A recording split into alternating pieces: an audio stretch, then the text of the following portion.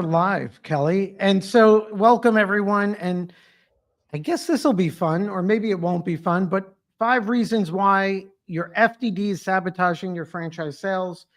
You know, Kelly, I had a call right before that we started this. New franchisor wasn't a client of ours, frustrated. They felt like their lawyers killed their first deal. And you know what? When I spoke with them, it was my opinion their lawyers didn't kill the first deal. It's not our firm. I said, so you're being unduly critical. One of the things they brought up was, well, we were ready to go. The franchisee had a ton of comments. The lawyers responded to them. And all of a sudden, the franchisee got cold feet, didn't want to sign. And when I looked at it, I said, I think your lawyers did a good job. The issue here was, it looks like your franchisee candidate ran a bunch of questions through ChatGPT, and it looks like your attorney made a good effort to give thoughtful responses. So I would stick with those attorneys. And I challenged them. I said, I think it's your process. I think you didn't prep the franchisee the right way as to expectations or require that they have a franchise lawyer. And, you know, so there's a lot of mixed signals, and we'll also see it too, where sometimes as a franchisor is experiencing stress or concern about franchise sales, sometimes they'll blame marketing mediums, or they'll say maybe their FDD doesn't work.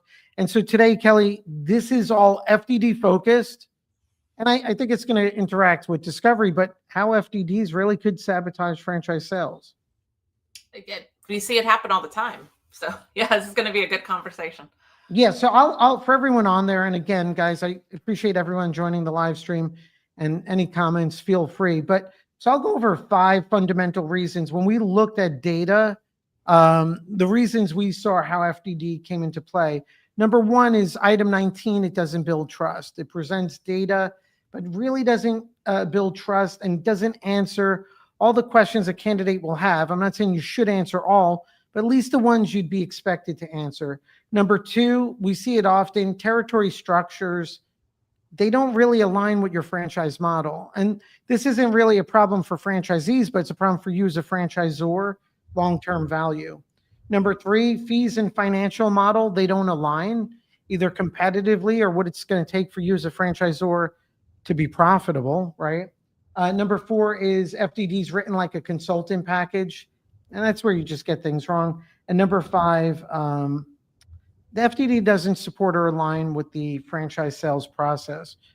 So Kelly, when you're in the heart of growing your franchise system, FDD, what were some of the areas where you felt like you were bumping into resistance or issues that maybe could have been made better or adjusted in the FDD itself? Yeah, I think you hit 2 of them. The 2 largest where we found ourselves trying to even sometimes figure out, what does our FDD say? And was territory and item 19. I mean, those 2 were the regular, I don't want to say sticking points, but the time we spent the most with candidates trying to explain what we meant. You know, what we meant by that is, and I think if you're having to do that too much, there's obviously some gaps in the story you're telling there. Well, and right, so that gets to the conversation I had, which is, in that case, maybe it's not the FDD, although there were some issues in there, but you're not building your process cohesively with the FDD, right?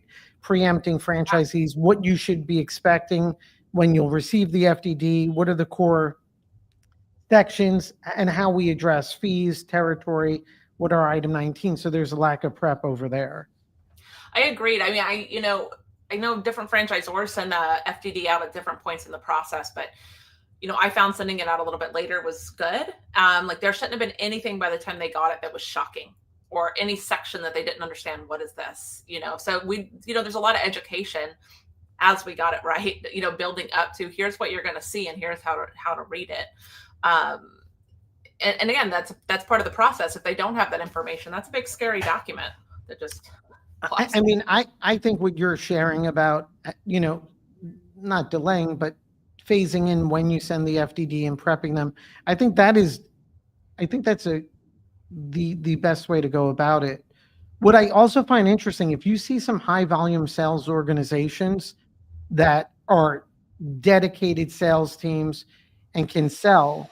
I've seen some of them where while the franchisee is filling out that initial first contact form, they're given a link, hey, download the FDD. Yeah. And I haven't fully explored it, and that it's counter to the way I would do it. But I would imagine they're so confident in their sales process and how they're going to push through that.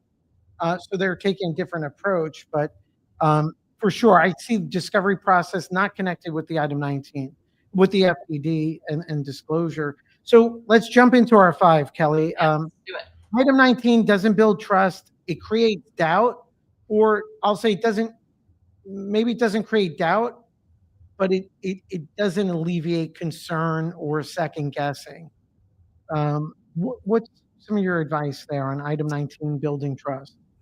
I think a big part of it is giving as much detail as you can.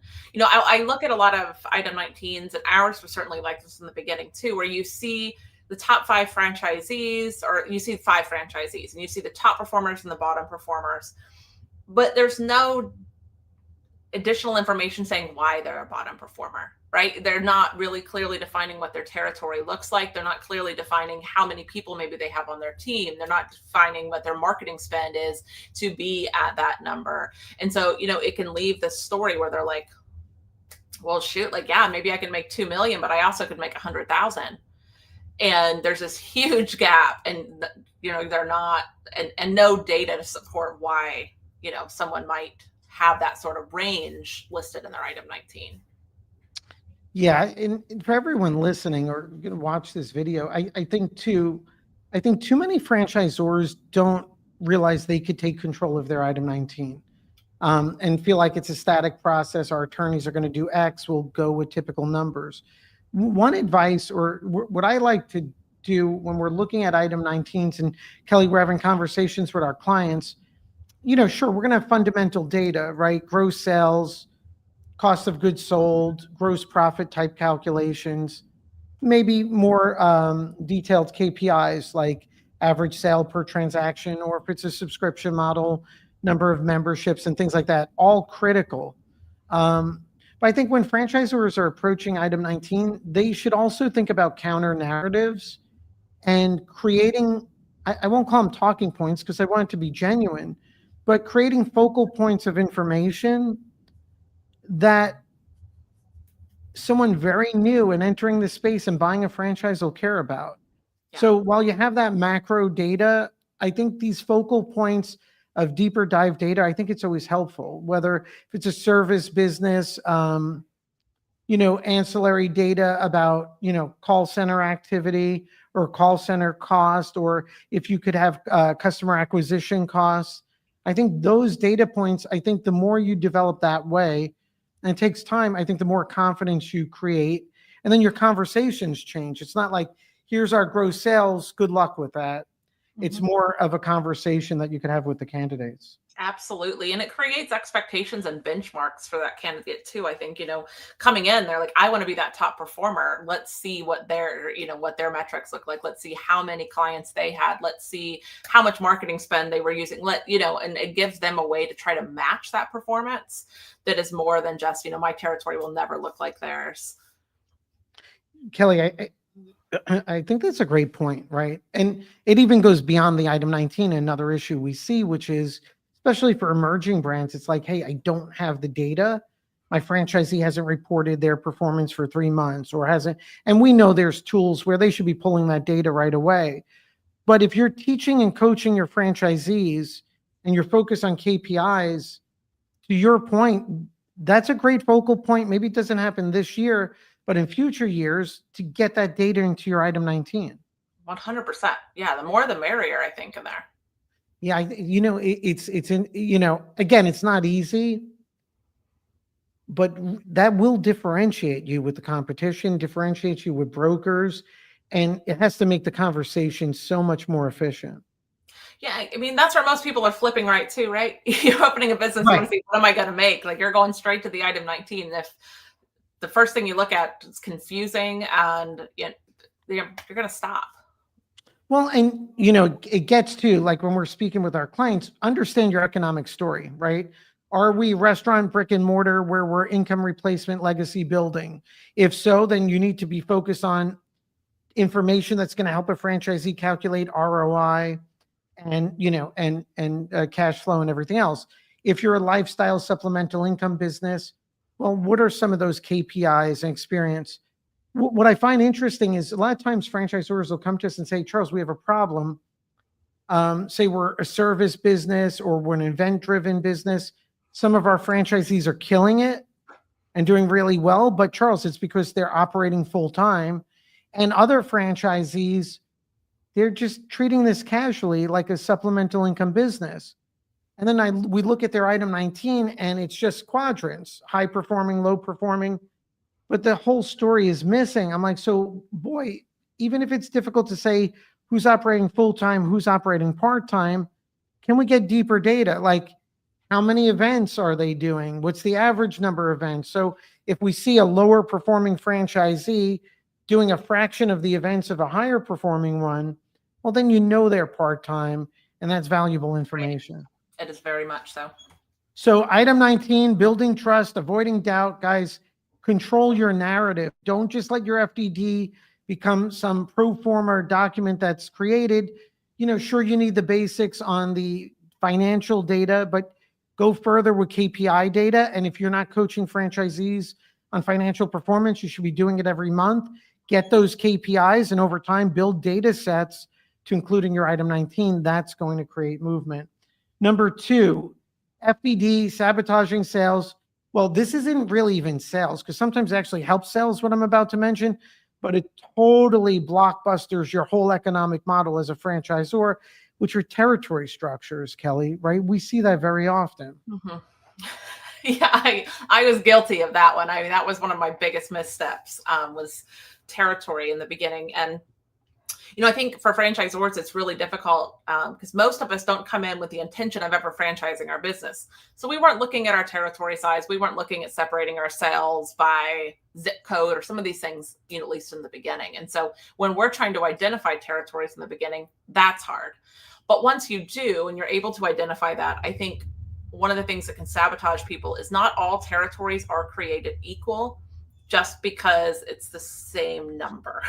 So a good example, if your territory is 250,000 people, a lesson I learned is 250,000 people isn't equal across the board. It's 250,000 people where, in which the population is mostly women, or the minimum income is, or the number of households are. And this is why one of the things I, encourage people to invest in early, even though budgets are tight when you're first starting, is good mapping and demographic software. Because you might have someone want to move into the Houston market and they're going to cherry pick the very best neighborhoods. They're going to, and why wouldn't they? They know the area you don't. And you're going to sell that. And then you're going to try to sell the other side of Houston. And this franchisee is killing it. And this franchisee is struggling. And your item 19, someone's looking, they're like, well, why is this person having such a hard time? They must not be getting the support. They must not be, having the same opportunities. So that pre-mapping of territories and making sure that those divisions happen equitably, and like in a large area like that all of the territories are as equal as possible is so important, because not only can you show how you're mapping in your FDD, but then it makes, back to that item 19, it starts to make more sense when you're comparing apples to apples. Yeah, big takeaways from there. It is critical for franchisors to, when you're developing territories and articulating them in the FDD, it has a direct correlation to your item 19. And if not today, over time. I think too, when you're describing, Kelley, how you're mapping out territories or the integrity behind, I think when you have that process in place, it demonstrates integrity to the franchise buyer. It creates discipline. Like, no, you just can't add all these things or all these rights of first refusal. Here's the so it brings a different level, I think, of intelligence and thought process that I think, whether it's subconsciously, I think creates confidence in a franchise buyer, that they're very focused versus just having it open-ended. The other thing we see too is, sometimes territories are just way too big, or if it's a service business, they didn't implement a multi-territory structure. And why do we care? Because if we approach everything with a 5-year mindset of whether it's real or hypothetical, if you sold your franchise 5 years from now, what's its valuation? Well, that's going to be a function of cash flow, royalties, EBITDA, which is also going to be a direct result of how you set up territories, right? The territories, your brand development fund fees, how well those franchisees are performing. So I think that's critical. So number 3, Kelley, why FDD sabotaging sales? Sort of item 19 related, but not. Your fees and financial model don't align with reality, right? So franchisees, the assumption would be there's an emotional component, but there's an economic, right? So they either want to make money, supplement, build legacy. So this is all about aligning your royalty structures, your unit economics of your FDD. And I'll throw it out there to you. I think franchisors don't look at it the right way. When you're looking at your FDD, what is the unit economics of our franchise? How does it compare to our item 19 data? And what's the economic story for our clients, right? Our franchisees. If we're income replacement, then let's own that, be committed to it and demonstrate it. And if we're not income replacement, let's be clear about that. And let's ensure our royalties, our entire structures align. What's some advice there on aligning fees, finances, economic reality? When you were selling franchises, Kelley, like how did franchisees put this all together? Like what was the thought process?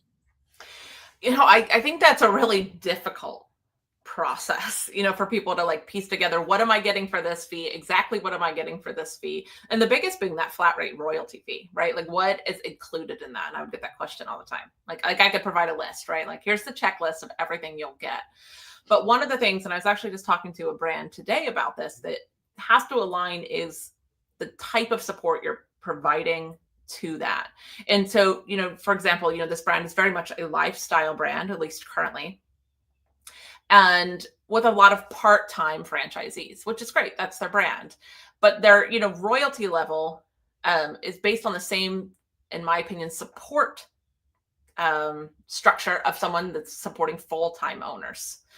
And so, I think that's something like if your brand is just lifestyle and you're providing minimal support because you have part-time people, there's not a lot of oversight. There's not a lot, to the brand. Like you probably shouldn't also be charging the same 8% as a brand that's providing full support, growth support. And so I think, one of the things, is that those generic fees.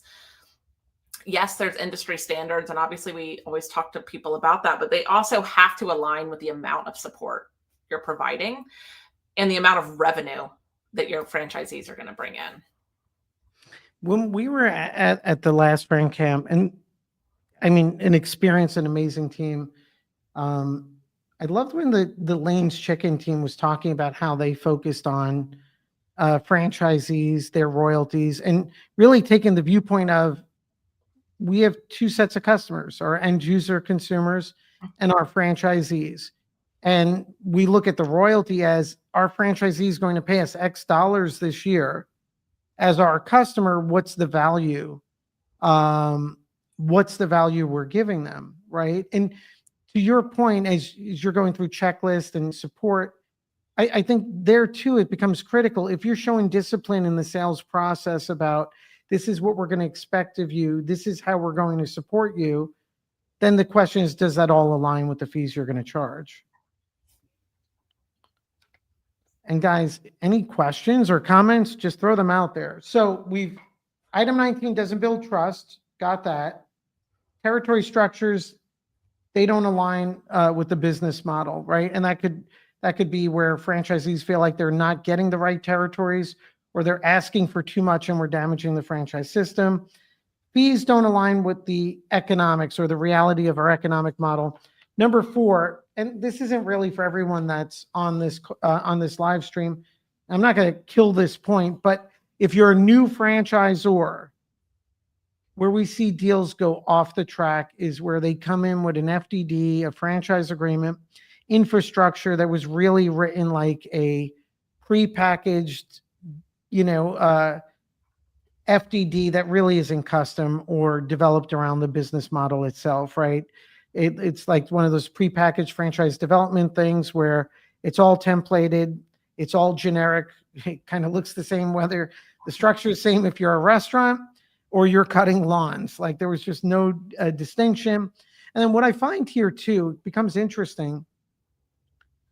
Franchisees or buyers, if they see misalignment between the FDD and the franchise agreement or things not defined correctly, or we'll see different brand names in FDDs, sometimes people, not our clients, but it creates a significant concern by the franchise buyers. But Kelley, like what's your experience in terms of the actual production of the FDD and alignment, how it could come up or trip things up in the sales process? Yeah, I've seen that too. I was exploring some brands and another name listed in their franchise agreement. It was like an instant turnoff. I think while the FDD is an overwhelming document, it's huge and it's very legal, but I think that's good. It should be very legal. And I think sometimes when we see some of these more templated versions, they tried to make it more consumable, they tried to make it more generic. But that's not the purpose of this tool. I like to say that, the FDD is a sales tool, but it's not a sales document. And I think some of those really generic ones end up reading like a sales document versus, a very legal document. And if I'm the franchisor, I want it to be very legal, very clear what the expectations are of the franchisee to myself. And as a franchisee, I want the same clear definition of expectations. And so, I think in this case, you're having this document drafted to protect you legally. So you should have legal minds behind it, writing those protections. If you want someone to help you then build out a sales handbook or a sales guide or whatever that looks like, that's wonderful if that's not your skill set. But this document should stay in the hands of a legal team, in my opinion. Well, in terms of sales process, that's where too, when you're working with your franchise lawyer and you're nurturing these deals, I think the attorneys also need to understand that it's not the typical adversarial situation. This other person on the other side of the deal is potentially their future franchisee partner. Yeah. And then sometimes it becomes about navigating attorneys, right? So I had a conversation yesterday, really amazing client of ours, startup and off to an amazing start. And the franchisees are pretty sophisticated multi-unit operators. We prepared a very sophisticated addendum, multi-unit development agreement, but the deal is churning. It's not getting to a finish line. So 4 weeks after sending everything, our client gets an email saying, hey, I know your attorney's trying to protect you. Not sure if your attorney put in everything that we had discussed. So I look at the comments and everything's there, but the franchisee attorney's just not reading it, right? I see comments like, let's get this all spelled out. I'm like, it's an agreement, it's spelled out. But I think as franchise counsel there too, it becomes, I think for everyone listening, their franchise attorneys need to not only be your attorney, but understand the sales goal here and clarity and really nurture those deals. And so that could take things off track pretty quickly. It can. Kelley, on the last point, which I think it goes, and we touched on it a little, which is your FDD isn't supporting your franchise sales process, but this is a chicken and the egg scenario, which maybe your FDD is fine, but your sales process isn't. Or to your point, you may have a good sales process, but your team really doesn't understand what's in the FDD, whether you said it that way or not. Let's say you're starting off today, or you're working with some of our clients and coaching them. They have an FDD. The FDD aligns. They have a team. They're new to this. They come to you, Kelley. I had a great lead. We were about to close it. It just went off the rails. You see, they're just very new to this. What are some fundamentals you recommend they do internally, their team, and how they improve the sales process to align? I think, the first thing typically is like, and it seems so basic, but is stepping back and understanding what are we selling here? Because I don't think a lot of people understand what they're selling, and so I'll see franchisors, I was one of them, focused really heavy on selling the service that you offer. And that's not what you're selling. You're selling a business. And so, a lot of that is, instead of selling, like, do you want to be able to walk dogs all day and just spend your day with dogs? This is really fun. It's like, do you want financial freedom? Do you want, and really kind of shifting what are you selling is the first thing. Because I don't think, many people are focusing in the right place, which makes sense because we are so used to selling our consumer service for so many years.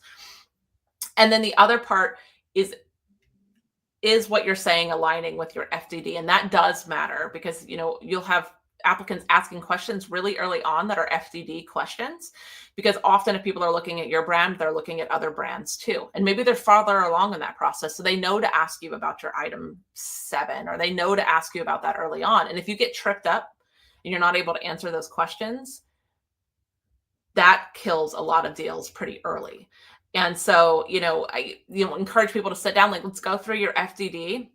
Let's build out your sales process to make sure we're mirroring the information they're going to get and focusing on where we want their focus to be. Because if you're not controlling that focus, it's going to wander. And, they might start focusing on some of the little things that aren't as impactful as what we want to get in front of them. Kelley, what are some of the questions that you would expect to come up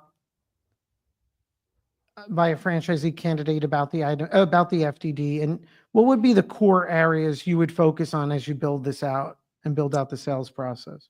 I mean, the main things we get is, how much money am I going to make? Right? Like, that's always asked pretty early. And so, instead of, I think like a lot of people's boilerplate answer, and mine used to be too, like, well, once you get the FDD, you're going to see the item 19, that's all going to be in there. Versus, that's a really complex story. Let's dive into the different revenue streams our business offers, the different ways you can make money, the different variables that might affect where you fall on the scale of the information you're going to see in the item 19. Or we get asked, how much is it going to cost to open? Right? Because we always have that initial investment number, but people then are like, well, what's actually included in that? Again, that coaching, early on, you're going to get this item 7. Here are the set numbers. Here are the variables. Here's how to prepare for it. I encourage them to create a business plan if they don't have one already, which can be a great way to build relationships, is talking through that. So it's usually money. And if you can talk about money without talking about money, as silly as that sounds, that really helps nurture that relationship. Yes, these are the numbers you're going to see. And this is why I personally like to send the FDD a little bit later, because whether they're good or bad, there is sticker shock. No matter how prepared someone is that they know how much your business costs, there is sticker shock when it's in front of them. So if you can tell the story of what they're going to see before they see it, I think that's really helpful. So I would kind of, that would lead our process, is kind of getting ahead of what do we know they're going to ask about and answering the questions before they ever have the opportunity to ask them. So how much can I make? What does it cost to open? How do they approach, what are their questions when they look at item 6 and fees and royalties, and they see things like brand development fund fee, or maybe they see compliance fees? What are some of the things you would see in the conversations? The marketing fee was always a big question. Brand development fee was always a big question. So again, that's something we would kind of head off pretty early. This is the type of marketing support we offer. And we would go into, part of our slide deck. These are all of the amazing marketing assets you'll have, which are all funded by the marketing fee, which you're going to see in the FDD when it comes. We would get questions about brand fund, which we weren't collecting at the time. That's always a difficult one, right? The funds that could potentially be there, but could pay later, aren't paying now. But it's kind of those penalty fees, I think, were the hardest to kind of navigate, where people are like, what do you mean if I don't submit my reporting on time? It's going to be $50 a day plus 18% on unpaid. And it, typically, again, that's just education of the FDD is a legal document to protect us, but it's also here to protect you. We're going to outline your expectations and we're going to outline ours. So make sure, and that's what I always tell people, make sure to really pay attention to the promises we're making you also. And this is a two-way document to protect everybody in this situation. And then most people would actually go into it then looking for what are the protections I have in here too? And there's quite a few of them. And it kind of changed that narrative a bit. I think that's really smart, right?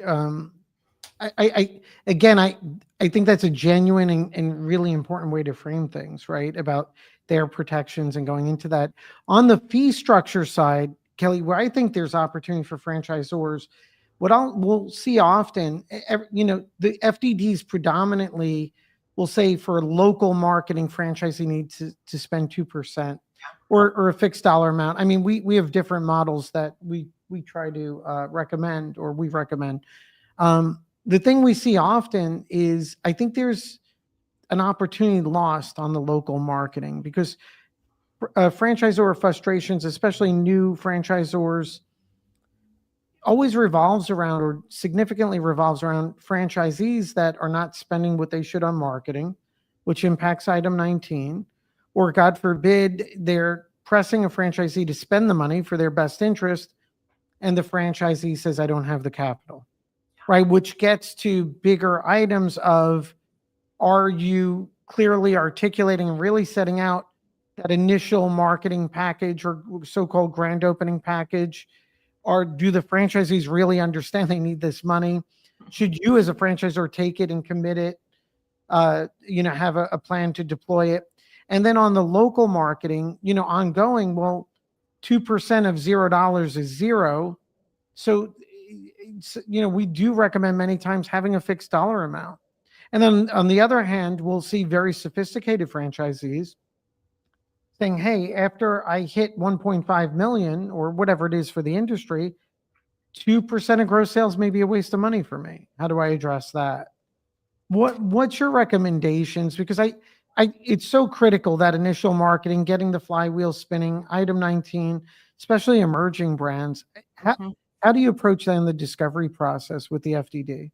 Yeah, I think that initial marketing spend is so important, and that required marketing spend, because we're going into a new market. It doesn't matter how well known your brand is. You're entering into a new market, and it's someone's business. And so that's something I would talk about. And one of the things I would encourage franchisees to do, so prior to them getting to the validations call, we would do a validation coaching session. We had a form or sheet we'd send, but we'd also talk like, okay, you're at this awesome stage. It's validation time. We want you to make the most of your call. Here are some things you might consider asking the franchisee you talk to. And, typically by now they have the FDD. So they see, like, maybe I'm going to be talking to the owner of Scottsdale, Arizona. I know they're killing it. And so, we'd ask them, maybe ask the franchisee, how much a month are they spending on local marketing? Mm-hmm. That was one of the standard questions we recommended they ask in validation, because then they could draw their own correlation. This person has 5 units and is making $3 million, but they're spending $30,000 a month. This person has 5 units, only is making $500,000, but they're only spending $1,000 a month on marketing. So you can kind of guide them to be able to make those correlations that you want them to make, that again go back and then validate the numbers that you have and the fees that you have, by just encouraging them to ask the right questions. Yeah, I think that's great during the validation process, Kelly. And especially emerging, I think that's a big missed opportunity. And I also think that it's okay to be higher on your estimate than your competition, especially in the marketing and development front, because that shows you're focusing on how they're going to grow. I think also it's great to have in place a program or a package of, here's how we're going to deploy your capital, or how you're going to be required to do it. And I think that's an important part, Charles, and where a lot of people misstep. And again, I made so many missteps, and that was one of them, is require, we had a requirement. You have to spend $2,000 a month on local marketing, right? That sounds great. It is great in theory. But then we'd have new owners come to us like, okay, how do I spend that $2,000? Where do I spend it? And if your answer is, I don't know, like, that's not good. That's not a good answer. Or just try whatever works for you. That's not a good answer. So, I think if you're going to have that minimum, which again, I think is a great idea, you need to have at least some tools or clear guidelines on, avenues that they can try. that you have seen work in other locations, and not just, set this, you don't want them to go out and spend $2,000 on mailers, right? And then they're like, why am I spending this money? It doesn't work. So I think, having some guide rails and in your ops manual, on how that money should be spent is just as important as requiring it. Yeah, and Kelly, I think, because the buyers, they want to know how much can I make and am I going to succeed, right? And item 19 is limited. If they see a franchisor is putting a lot of thought into that initial marketing, well, it's going to demonstrate some integrity there and builds confidence. Kelly, I appreciate it. I think, so 5 reasons why FDD sabotaging. Hey guys, and if you have any questions, always feel free to reach out. Check out our FranCamp conferences. FDD renewal season is on its way. And Kelly, I appreciate all that great information. Yeah, thanks for having me.